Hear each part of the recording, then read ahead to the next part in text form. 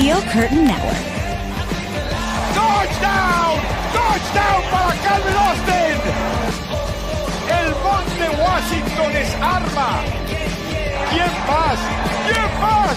DJ Watt! What is going on, Pittsburgh Steelers fans, and welcome back to another episode of the Steelers Preview. I'm Jeff Hartman, joined by Dave Schofield and Bryan Davis. Dave, what's going on? It's going, Jeff. We are 1 week away from finally figuring out what's going on. With 1 week at least the draft part of things. That is right. Bryan Davis, what's up? Oh, I can feel it. It's December 18th for me. It's coming up, baby. It's 7 days away from our Steeler Christmas. So let's get going. We had Steeler Black Friday, and I call it Black Friday because that's what the shopping period is for free agency. And because you can continue to shop after that day, and these guys go on sale, and now it's you're unwrapping the new gifts. So let's do it.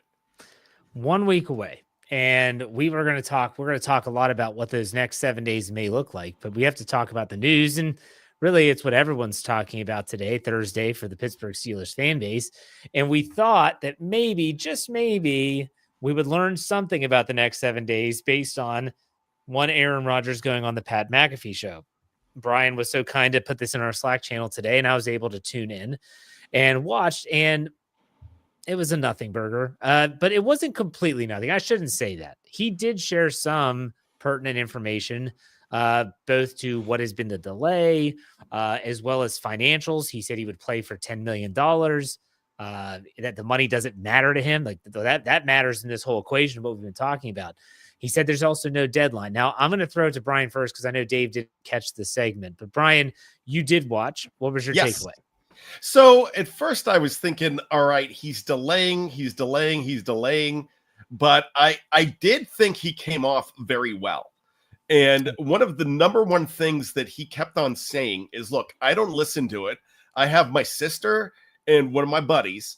They go ahead and monitor everything. And they're the big thing is I don't know what's going on unless they tell me. Now, but he kept on saying, I'm not holding anybody hostage. I'm not. I need to take time. I've got personal things, serious personal things with people in my inner circle that I need to take care of first. But if you read between the lines on it, one of the biggest things that I heard him say was, I'm talking to Mike Tomlin all the time.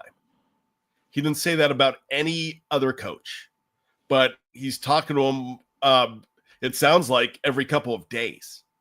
So if you read between the lines, it sounds like he's coming back. He said retirement's not off the page. I'm not on a weird retreat. I'm not doing anything like that. But it almost feels like, and the way the Steelers are acting, it almost feels like there's something in the works. Okay. Dave, I know you didn't watch it, but you did. I didn't watch it live. You get to see some clips, and you got the gist of it. I mean, it was almost an hour, and not much was said. But still, what was your takeaway? Yeah, I didn't watch an hour's worth of information. I watched mainly what was coming out on that they were the McAfee was tweeting out on X, those clips that people were sharing.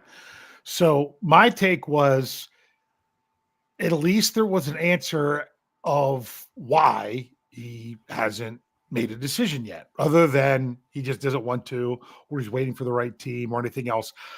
I wondered if that number that he threw out there is the actual number for contracts, because that's great. If that's it, the Steelers have the space. They don't have to save money with the TJ Watt extension. They don't have to restructure Pat Freiermuth. Although, I mean, if the Steelers do what they typically do, I wouldn't be shocked if they restructured Freiermuth, because they do that the second year of a guy's deal when he signs a deal for 4 or 5 years. It's just how it works.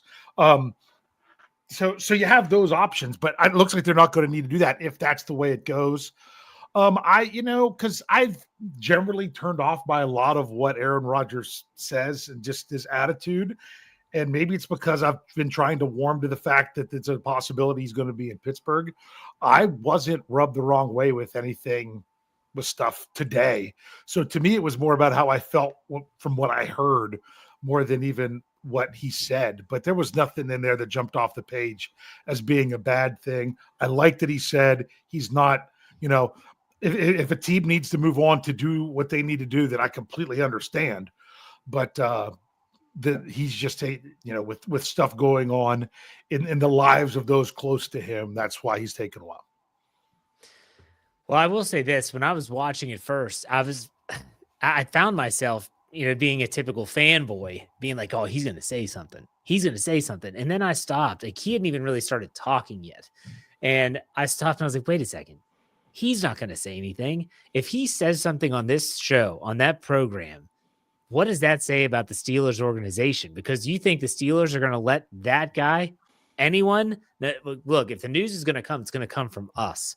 You're going to come and you're going to sign a contract and we're going to take some photos and we're going to put them on our Twitter account and you're going to stand in front of our media and you're going to answer questions. And then if you want to go on Pat McAfee, you can. But until then, like, that would be a really bad look, in my opinion, the Steelers, if he goes on Pat McAfee in his own accord and just says, "Oh yeah, by the way, I'm signing with the Steelers." So once I've kind of slapped myself a little bit and came back to real life, I was like, he's not going to say anything, but he did provide a little bit of context. I am, for one, still, if people will say, like, do you want him to come? If it's for $10 million, I think you take a flyer on an Aaron Rodgers for $10 million.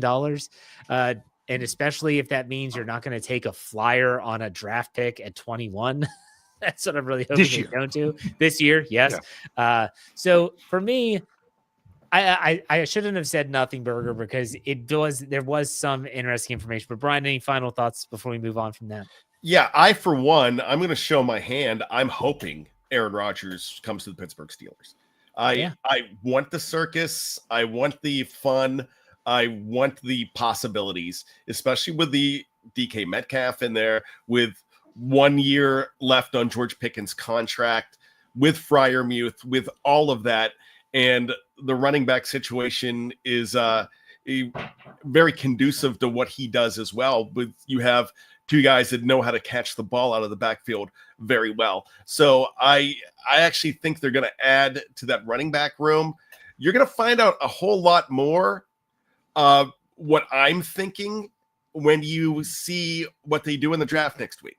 Because if they don't go for a quarterback in the first round, then that means, to me, there's a backroom deal. There's an understanding. But I found a lot of hints, and maybe it's me being a fanboy, but I found a lot of hints in this whole thing, especially with, and I said it before in this show just a couple of minutes ago, he talks to Mike Tomlin all the time. He loves, the other thing that we didn't talk about, he loves Arthur Smith. And the mention is, and he doesn't need to be doing this. And that was a mention to the fact that he's one of the heirs to FedEx, so that's just saying he loves what Arthur Smith does. And the Tom Arth, the quarterback coach. So when you hear all those things that he said, it feels like he's leaning towards it. And I love to talk about renting a Malibu. And that Aaron Rodgers kept on saying that, look, I'm not what you think I am as far as taking people hostage. And the fact that the guy did take in Malibu and was trying to be incognito and didn't need and was trying to keep stuff quiet. Yeah, I kind of like that. I'm warming up to wondering if he's not the monster that we think he is. That's fair. That's absolutely fair.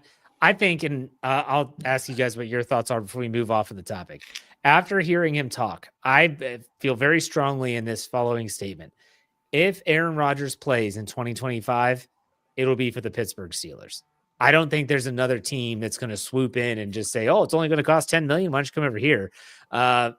I'd be stunned. We'll put it that way. If he plays for someone else, Dave, you agree or disagree? Yeah, I'm leaning that way as well. I'm not like Bryan. I don't think what he's doing or not doing has anything to do with what they should do in this year's draft, because it's only for 1 year. I still don't. I'm like Jeff. I do not want them reaching for a quarterback at 21. I don't. I think to do that because of not having Aaron Rodgers is a knee-jerk reaction that the Steelers don't need to be doing.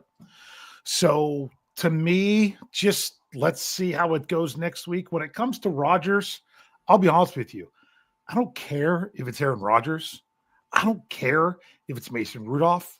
I don't care if it's a rookie quarterback that just taken at any point in the draft and all of a sudden like, wow, I can't believe this. We're going to play this guy. I don't care. I just want them to play well and for the Steelers to win. It really doesn't matter to me who the quarterback is. I just want to see them having success. And part of that success is not having problems in the locker room. Because as you know, the easiest thing to have a locker room that gets along is to win. So that's why that's going to help a lot of other things if there's problems in the locker room or otherwise. So bottom line is I just want a quarterback that's going to play well and give the Steelers a great chance to win, regardless of what the number is or the name on the back.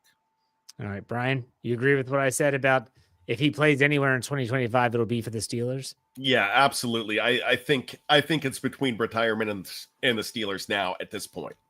Yeah. Now, for those that don't listen to my Let's Ride podcast, in which case that's fine. Maybe I'm not everyone's cup of tea. I get it. I talked about this last week, and that was from our source, and we didn't do like any breaking news podcast. It wasn't that type of news. He gave us some information about how a couple things. The Steelers don't care about public perception, both from the media, from the fan base, in regards to waiting for Rodgers, and that no matter what Aaron Rodgers decides, it's not going to change their draft plans either way. Now, when I talked about this, and I even wrote the article for SteelCurtainNetwork.com, a lot of people were like, what? This is crazy. Oh, how could it not have impact your draft plans? Well, I think that it's actually pretty clear cut in the fact that they're going to go about their business, whether he's with them or not. And then if he's with them, that's fine. If he's not, he's not. They're not going to adjust anything. I don't think they're going to take a flyer on a quarterback at 21 if they view it as such, if Aaron Rodgers isn't going to be there or is going to be there.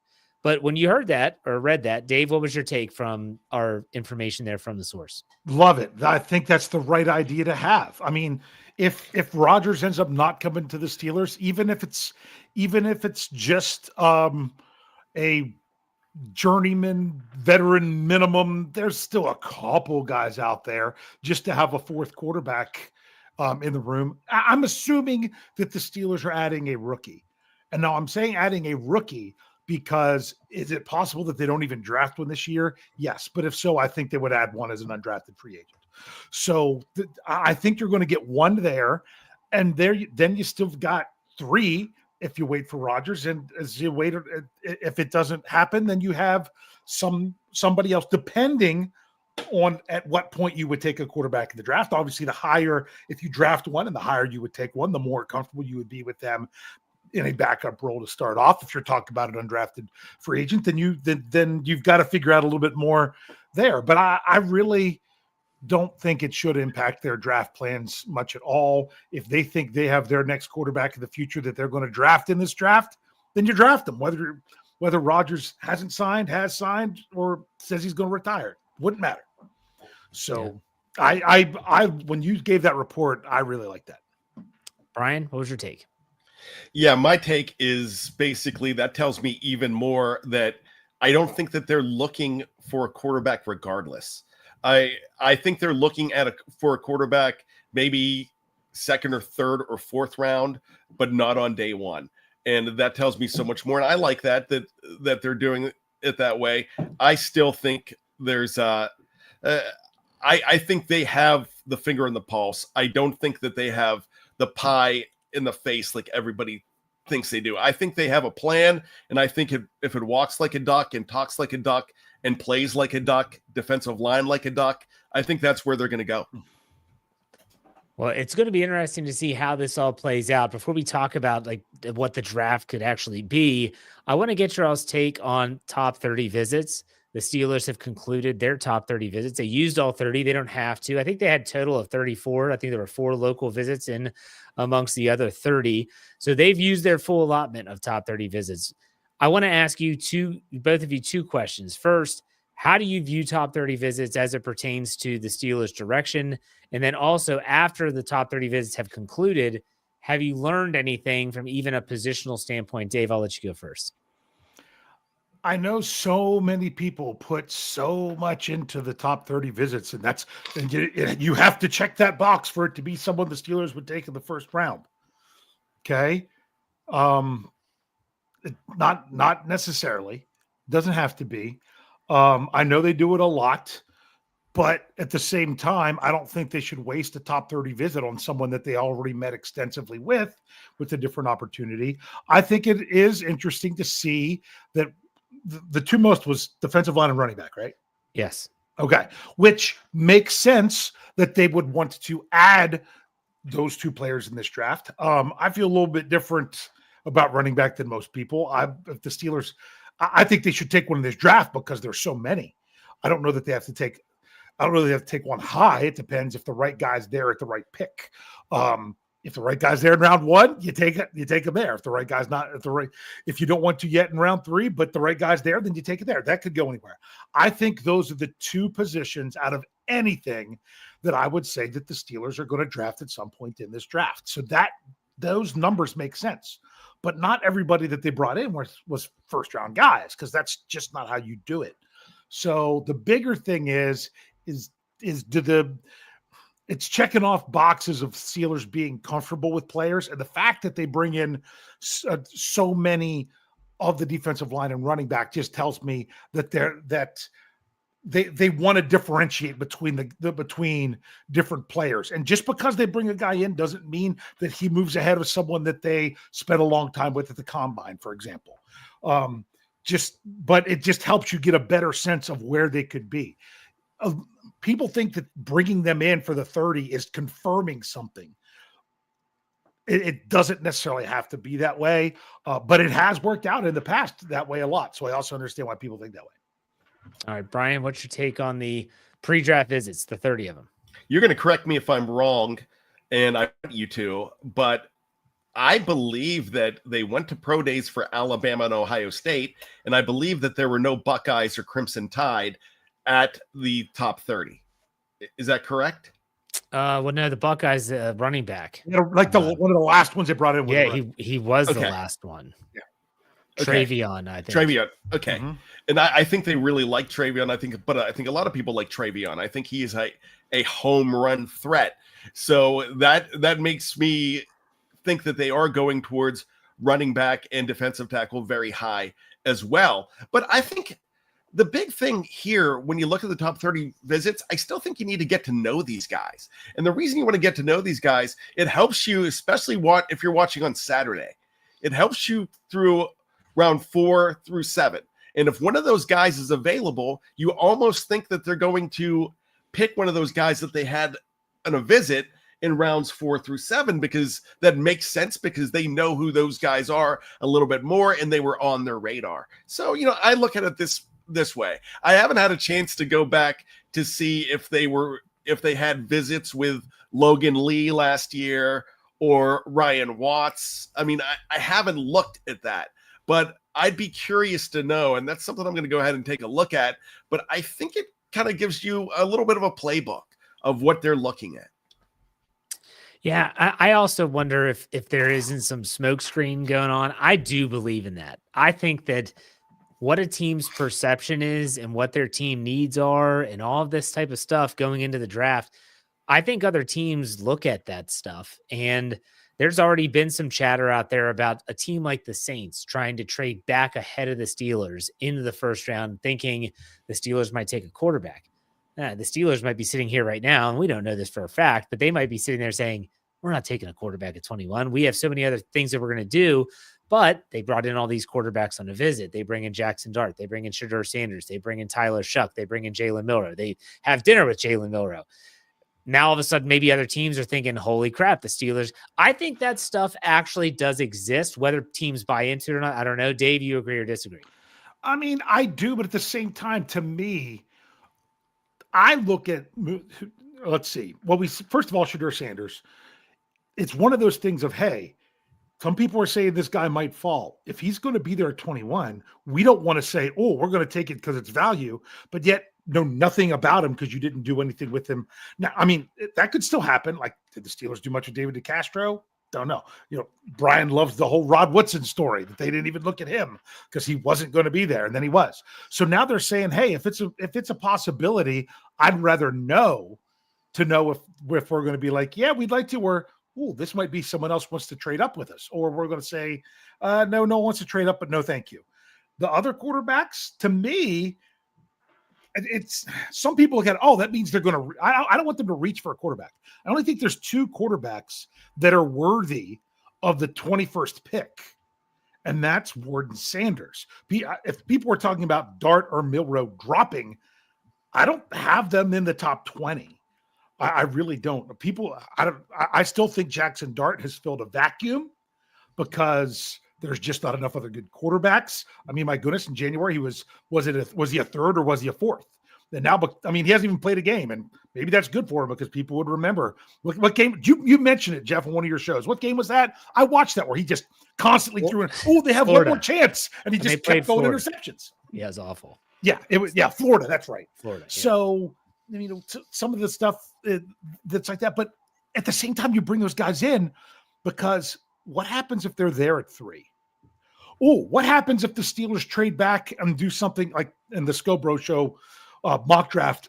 We had an option to trade back 7 spots and we swapped our 5th round pick for a 2nd round pick. So now all of a sudden there's the Steelers in the 2nd round. And you know who was there for our mock draft? I know it's a mock draft. Who really cares? But both Dart and Milroe were both sitting there in round 2 that the Steelers could have had either one of them. You don't want to be in that situation and be like, you know what? If we would have done a little bit more research on these guys, we would know if we liked one over the other. So it might not, as someone sitting there, I've tried not to use this term, and I'm sure I probably have tonight. They're not top 30 visits. They're 30 visits. It's not your top 30 players. Yeah. I mean, my goodness, they're bringing in guys that could be 4th round picks with some of these things. It's just that these are 30 players that you want to get to know more. And it's important if quarterback is on the table at some point in this draft, you've got to know the difference between these guys and who you would prefer. Yeah. The quarterbacks that they brought in, just so we're clear, they brought in Jackson Dart. They brought in Kyle McCord, Tyler Shuck. I don't know if did Jalen Milroe come in for a visit or did they just meet with him at the Alabama Pro Day? I think they go to dinner with him. I think they did have dinner. Yeah. So keep that in mind. Like Will Howard, I don't believe came in for a visit. So anyways, Bryan, I want to give you your take on the smokescreen stuff. Yeah, this smokescreen is very real, but what Dave said kind of lends to my point of the later guys when he said, they're not top 30 players, it's 30 visits. Yeah. Because if that supports my day 3 thing, like, if a guy's on the list, and they're available, you might think that they're going to go in that direction late in the draft if they liked them. So that's why I get to know them. As far as I agree with Dave too, is due diligence, because what if Shedeur Sanders came in and blew their doors off and said, why would we wait until 2026 when we think this guy is the cat's meow? I can't believe I used that. But I can. Yeah, sure. But if they think this guy is that awesome, then they'll take him based on the visit. I mean, it all goes back to 2007, and they had the deal on the table for Russ Grimm. They told him, "Hey, you're our next guy." And then next thing you know, they had their doors blown off by Mike Tomlin. And we've heard other teams, I've heard other podcasts recently when they were looking for a head coach talking about that Mike Tomlin situation in 2007. And their exact words is there's teams looking for a Mike Tomlin. And it's funny because a lot of Pittsburgh will say, why would you want a Mike Tomlin? But that's what they were doing. So Shedeur might have come in and they're like, I think this guy, if he falls at 21, it's the steal of the century. They might think that based on what the visit was. I know Shedeur is telling everybody that Pittsburgh was a 10, and he doesn't have to say that stuff. I mean, that could be posturing too. That might be telling other people, don't let me drop. Who knows? But posturing is the thing. Smoke screens are a thing, but you have to do a little bit of all of that. But you have to have all the information you need, and you have to go forward with knowing what you need to know. One thing I want to say, Bryan said that he wanted to look up, Logan Lee was a 30 visit last year. That makes sense. And he was a 6th round pick. Yeah. Mason McCormick was, Zach Frazier was, Peyton Wilson was, Troy Falatanu was. But you're like, oh wow, yeah. So they did, yeah, but also look, they brought in a lot of corners. They had Nate Wiggins. Well, they have him listed as a corner of Cooper DeJean, but I guess he was really a safety. Then some that were even later that went in the draft. But I mean, my goodness. Well, it was free, but I mean, they even had Beanie Bishop in as one of their local ones. So and there you go. I mean, so how many of those guys, 5 or 6 guys, ended up being Steelers, and they were all on visits? But they're not going to draft 30 players. Yeah, I know, but but Nate Wiggins wasn't available for him, but they do their diligence on those guys, and then they go ahead and look at everybody else and where they want to go. And hey, Logan Lee was on the list. Beanie Bishop was on the list, like you said. I don't know if Ryan Watts was on the list, but Mason McCormick was there too. Yeah. So Peyton Wilson. I don't know. Was Roman on the list? Had a lot of offensive linemen that they brought in. Yeah, they did. So you could kind of see some of it was you need to kind of separate these guys as well. There you go. That supports everything.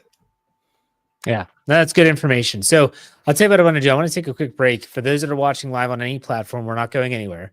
When we come back, I'm going to ask these guys a question about potentially gaining a 2nd round pick back and another follow-up to that. So stay tuned. We'll be right back after this break.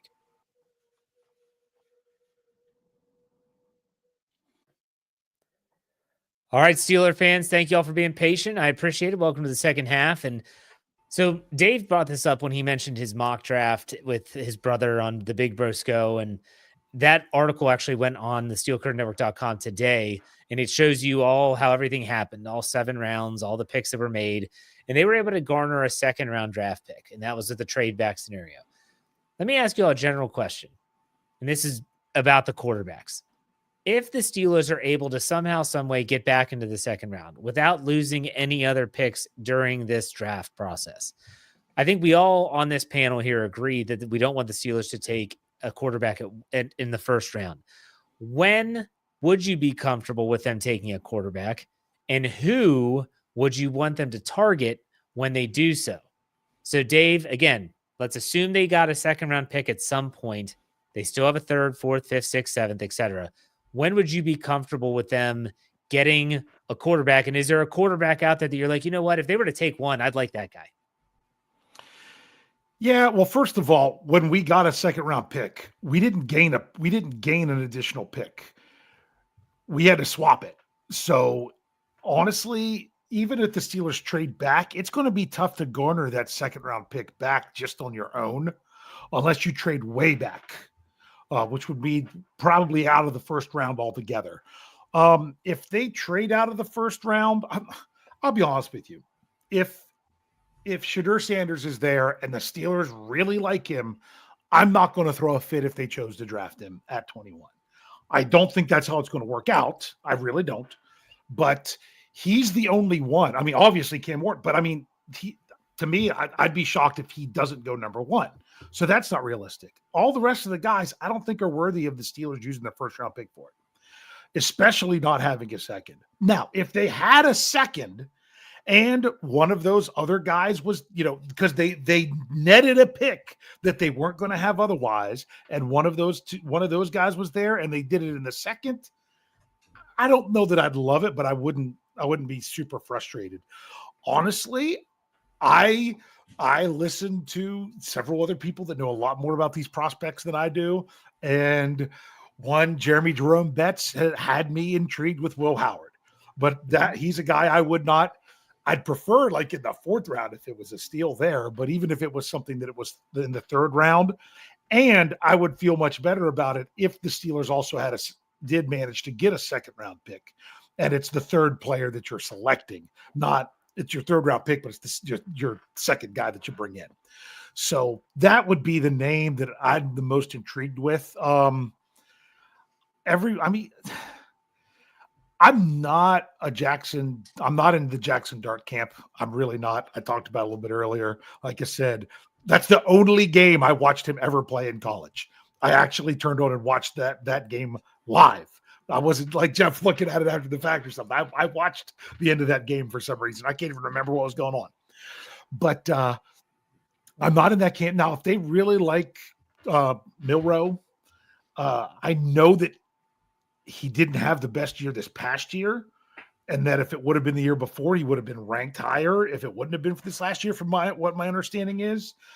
But really, I don't feel like I evaluate these players to a level that so many people that I listen to do. So I'm really trusting more of the judgment of the other people. And I still don't even trust their judgment as much as the Steelers, that I'm hoping that hopefully they can get it right. Okay. Bryan, what about you? What round would you be okay with the Steelers taking a quarterback, and is there a player you like? All right. So in first round, I'm okay with Shedeur Sanders if he falls. Don't think he's going to. In the second round, I'm okay with Jackson Dart because of what they're saying about him, but what you all have said scares me. I'm also okay with Jalen Milroe in the second round. In the third round, I'm okay with anybody else. So, I'm fine with that. I'm waiting till the fourth round for the kid from Syracuse. And what's his name again? Kyle McCord. Yeah, I always forget his name. So, I'd want to wait until then. Quinn Ewers, I'm looking at in the third round.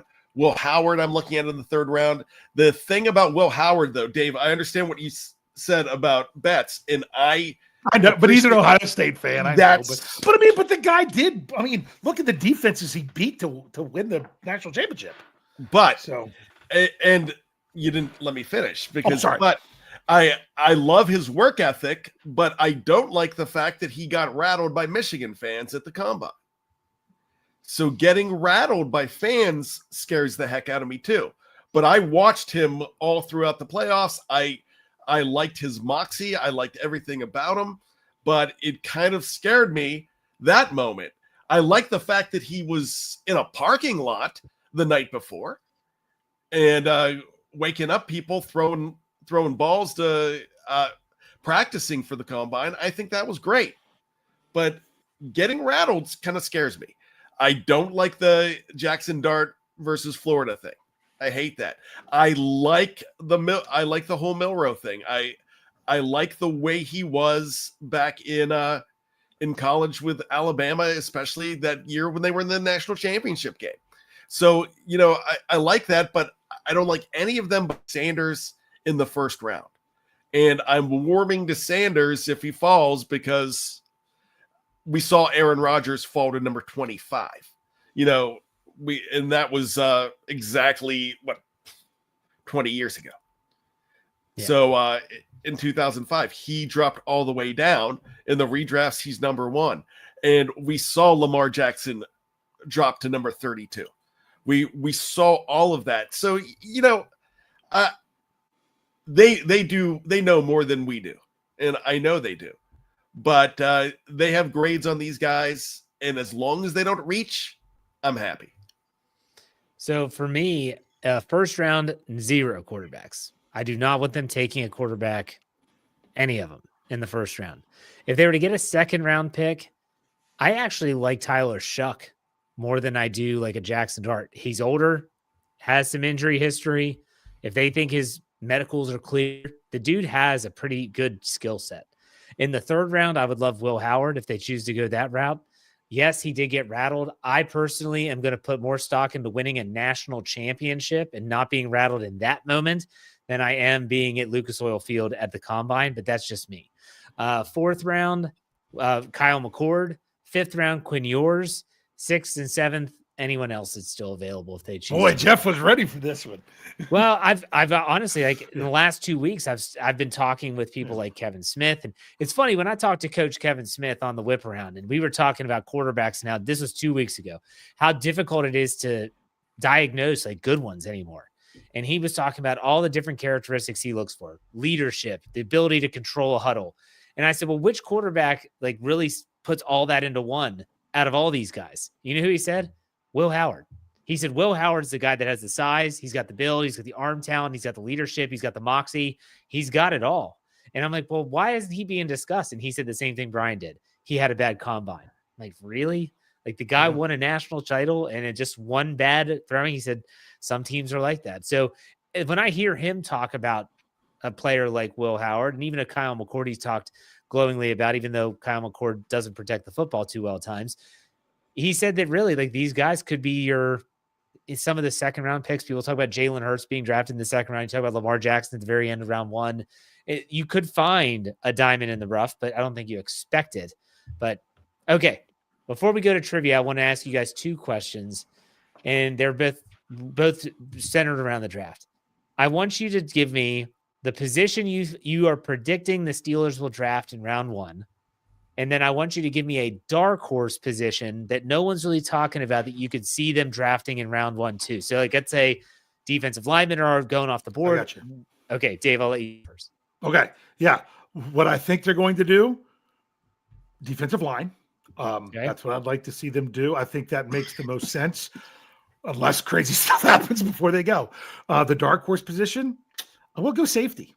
Okay. I'm going to go the safety out of South Carolina. He is I can't say his name. If he'd be there, you know what I mean? Yeah. I get it. Bryan, what about you? Dave took my answers. Defensive line. And so I'll change. I was going to go safety as well, but I can go ahead and flip that. And I would actually say, and you're going to think everyone will think I'm crazy for this, edge. That would be a dark horse that would definitely be a dark horse. Would be a dark horse. That would shock a lot of people. Sure I talked about that this morning on Pittsburgh Standard Time. I'm like, that's one that would be like, what? Yeah. I think defensive line, I agree with you guys. I'm going to go with, if it's going in a different direction, I'm going to say corner. If there's a talented cornerback that's there, that would have been my next one. I could see them saying, hey, we got Slay for 1 year. Let's get a young guy in here, give him a chance to learn. If Corey Trice pans out, hey, you can never have too many good defensive backs. And so that's what I would say a cornerback. Dave, what do you want to say? It's because those positions, even the one Bryan mentioned, although I wouldn't like it, they are the go big or go home positions for the Steelers, in my opinion. You know, if you're going to draft a corner, go big or go home. I think corner's a need. You know? That's why I didn't say it. I don't know that corner's a need based on the players that they have. I wouldn't be shocked if they have a bunch of them as undrafted free agents. Or something very late. But if you're gonna do it, seriously upgrade it and have the next guy ready for after Slay. Same with safety. Same with, edge would. The reason I don't want the Steelers to take an edge in the first round, because then all we have to do is hear more TJ Watt theories for the next several months. That's why I don't want that more than anything. We did that last week on this show, so go back and listen. Because from last week, I didn't think about it last week, and I thought about it as soon as the show was done. I was like, you know what I should have said to you guys? Maybe TJ Watt was just saying, hey, you wanted someone to represent the Steelers on your big night out, and you had to bring in someone who hasn't played for the last 3 years. TJ Watt's the face of the Steelers. Maybe he should have been invited to be there. It was the day after that he did that picture. So him and Cam. Yeah, that's good. Or Cam, yeah. Well, now let me jump in on that real quick, because Kutch came out, Andrew McCutcheon for the Pirates, and said, and then McAfee shut it down. He said, I had a invitation to everybody, and it was out there. So you don't know who took the invitation and who didn't. Yeah. There's no way he's not turning down TJ Watt. Yeah, for sure. So, all right, Dave, you have trivia. I do. Let's go. But first, I'm going to ask you guys a question. Okay. Because one of our faithful commenters here in the live chat and commenters on the website at steelcardnetwork.com, see it in there. John S., this was a question we asked each other last year, the week before the draft. How many trades are you going to see? You did over under with it, Jeff. Yeah. Last year.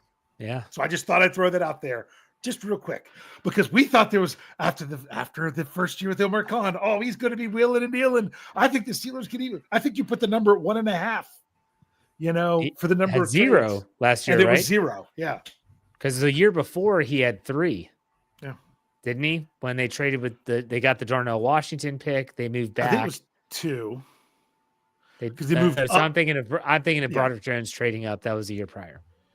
Yeah, no, but Broderick Jones up and then they moved back to Okay, and so that was 2. Washington. So it was those 2. Yeah. So All right, so I'll set the line at. I'm going to set it at a half. I think that's a good line. What do you think, Dave?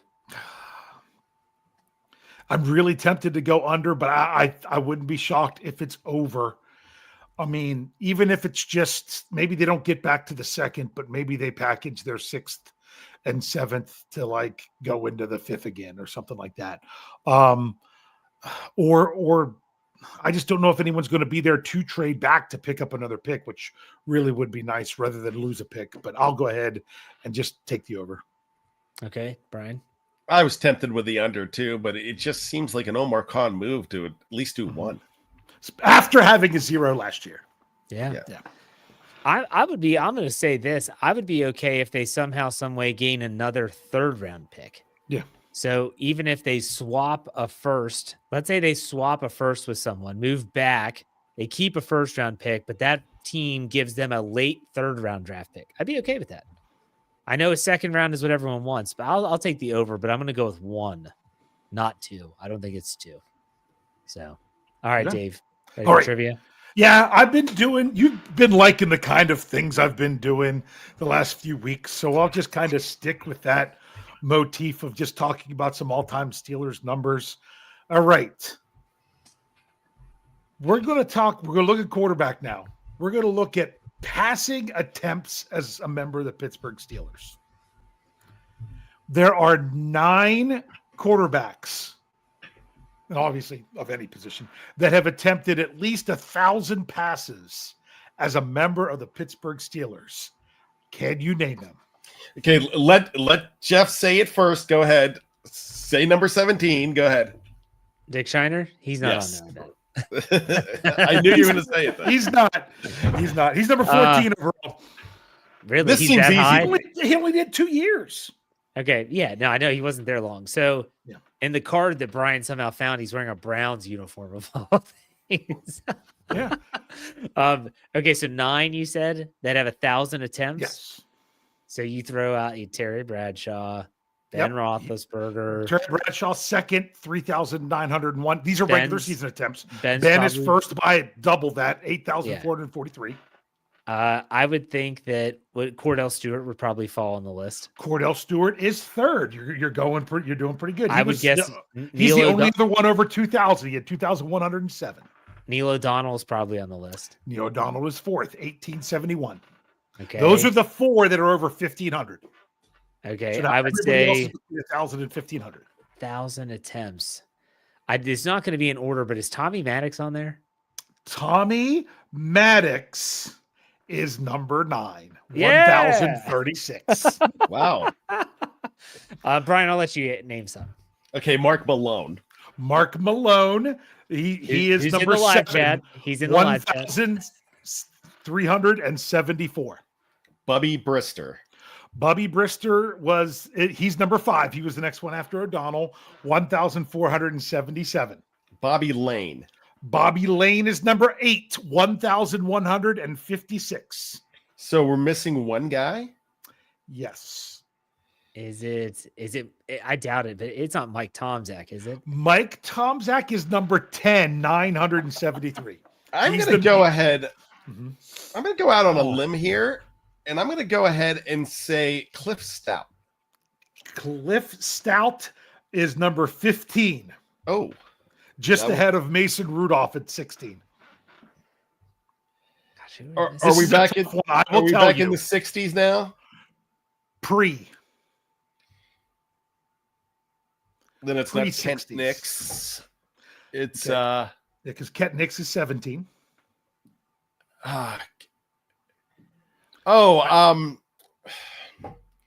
Johnny Blood McNally. No, I'm not. I'm even trying to find him on here. I Was don't he a even see him traditional on here. quarterback?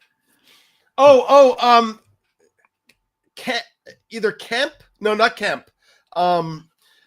the guy who was almost he was with the Saints, Jim Finks.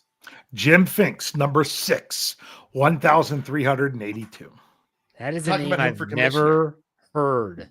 Mhm. Jim And he's sixth, Finks? sixth all time. Is it He Jim? was- How do you spell his last name? Finks, Finks. Finks, more than Mark Malone. He had 8 more regular season pass attempts than Mark Malone. He was an executive with the Saints, I think a GM, but he was Mm-hmm. almost commissioner when Rozelle was retiring. He was that close, but they went with Tagliabue. Where does Gillum fall on this list? Gillum, Who Gillum and actually Hanratty. Yeah, Joe where's- he Gillum, actually supplanted- 23rd, only 331 attempts. Ugh. He actually supplanted Terry Bradshaw at one point. Yeah, Actually- Hanratty was 18th, 417. If you look over the shoulder, there he is in the background, number 17. There you go. May he rest in peace. It's a sad story. Yeah, Jefferson Street Joe. Yeah. And Right. do you want to know what else is crazy? What's that? Kenny Pickett's number 12, That is crazy. 713. Jeez. Ahead of Dick Shiner. Oh, what a gut punch that was. What a way to Yeah. finish a show. Pick over Dick. Exactly 200 more attempts than Dick Shiner. Exactly 200. All right. Hey, before we get to final thoughts here, I do have a super chat. This is for Bryan. Steeler fan 69 gives us $5. He's a regular comedic contributor to the mailbag segment on Let's Ride. And he says, "Hey, Brian Anthony Davis, bad. Last Friday night at the Beehive, it was paraplegic night. The place was crawling with you know what." Oh my gosh. Check, please. Hey, make sure you tip your waitresses. Don't forget to try the veal. All right, Brian, final thoughts. Go ahead. All right. We've got 1 week to go. There's going to be so many things going on. You're going to hear from Omar. You're going to hear from Mike Tomlin. You might even hear from Art. Who knows? You're not going to hear from Aaron Rodgers now because you heard from him today. And that is going to go beyond this. But I think the foundation was laid, and we talked about it at the beginning of the show. I think that we know what he's thinking. I think I even feel better about the whole thing right now. But that does not stop drafting a quarterback whatsoever. And I'm glad that's what our source is saying. I'm glad that the Steelers are going about their business so that can put all the hostage talk to bed. If they get the guy that's a future Hall of Famer, if they get the guy, they get him. And they're fine with it. But it also seems like they're fine with not getting him. So it's going to be interesting what they do. A lot of you think this team has egg on their face, but they block the egg, put it in a pan, and they're making omelets. Okay. Dave, final thoughts. Yeah, final thoughts. It's not very often I can say this, but I remember my final thoughts from 52 weeks ago. I actually remember it was 364 days ago. I remember my final thoughts. It feels just like yesterday. And I just talked about, be appreciative of everything. And I talked about completing another trip around the sun, because for me, that's tomorrow, because that's why it's one day away from that. And it just feels like the three of us sat here and had that conversation just the other day. Yet so much has changed in that time. Like, I dealt with a lot of loss this past year, people that are gone that I never would have expected, all these different things. It goes by so fast. Sometimes we just need to sit back and take it all in. Jeff has talked about this in the past on his shows. Hey, don't wish away your summer just because you're ready for some Steelers football. And honestly, I talked about this morning with Greg on Pittsburgh Standard Time, is if you're wanting to find some optimism with the Pittsburgh Steelers, all you have to do is look for it and want to find it. If you want to find it, it's there. And if you don't want to find it, there's plenty of places for you to be very pessimistic about this team. But you know what? I just look back a year ago and everything, and how we were looking at this team. And it's just like, here we are. sometimes you just got to say, you might not like how things are going. You might be frustrated with the whole Aaron Rodgers not knowing thing. What are the Steelers doing in the draft? But you know what? Let's enjoy the ride. Let's have a really good time next Thursday night, because you never know if you're not going to be able to enjoy the draft with the same people before or in the same setting. We had a blast last year with you all being on here live with us on YouTube and Facebook and X, wherever we're putting the show out there. Let's do it again. But remember, take it in and enjoy it in the moment, because next thing you know, you might not have the same setup. So just make sure if the Steelers are here to help us, we all connect by the Steelers. We're looking for something else in our life. And if it's not going to bring you joy, then you don't have to worry about it. You don't have to emphasize the Steelers so much. So if you're going to be around doing so, the Pittsburgh Steelers, try to enjoy it the best you can. Amen. That's words of wisdom. And I will say, as Dave alluded to, we are doing the live stream again every single day of the draft, day 1, 2, day 3, all of it. We will be here. It's going to be on the Fans First Sports Network. It's going to be on the Steel Curtain Network. It'll be on our Twitter feed, Facebook, you name it, as long as they're all working, mind you. But we'll be here no matter what. It's going to be a lot of fun. We're going to talk about all the picks that are going off the board. We're going to have some guests on that, especially on Saturday, that know a lot about some of these prospects that are coming off the board in day 3. My knowledge base ends like day 2. So there you go. We'll have you covered. And make sure you check out SteelCurtainNetwork.com for all your Steelers needs. Gentlemen, thank you for another great show. Dave, why don't you send us out like you always do? Hey. We'll see you next week.